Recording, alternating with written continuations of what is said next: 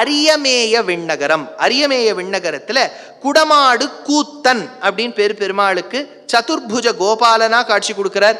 என்னன்னா அமிர்த கலசத்தை வைக்கும் போது, இது ஒரு சரித்திரம், நீங்க இதை கேள்விப்பட்டிருப்பேள்.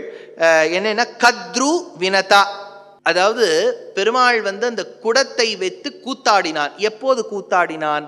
இந்த பார்க்கடலை கடைந்த உடனே அந்த அமிர்தம் வருது பாருங்க, அந்த அமிர்தத்தை வச்சுட்டு கொஞ்ச நாழி கூத்தாடினாராம். அந்த கூத்தாடின க்ஷேத்திரம், கூத்தாடும் அந்த அரியமேய விண்ணகரம் அப்படின்னு இந்த க்ஷேத்திரத்துக்கு சொல்றா.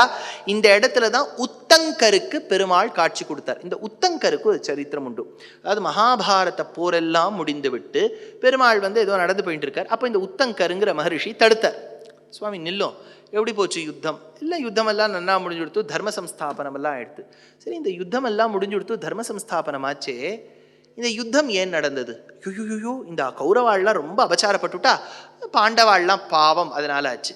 சரி, இவாள்லாம் ஏன் அபச்சாரப்பட்டா? அது ஒன்றும் இல்லை, போன ஜென்மத்தில் பண்ண பாவம். அப்போ ஏன் பாவம் பண்ணா? அதுக்கும் முன்னாடி ஜென்மத்தில் பண்ண பாவம். முதல் ஜென்மம் அப்படின்னு போயிட்டார் உத்தங்கர். இந்த சந்தேகம் எல்லாருக்கும் வரும் இல்லையா? போன ஜென்மத்தில் பண்ண பாவத்தை இப்போ போக்குறோம்னா முதல் ஜென்மத்தில் எதனால இப்போ கஷ்டப்பட்டோம்?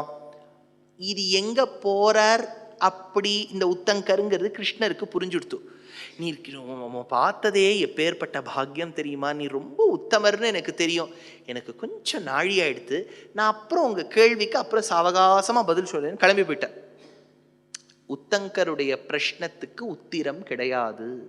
முதல் ஜென்மால கர்மா எப்போ வந்தது தெரியாது.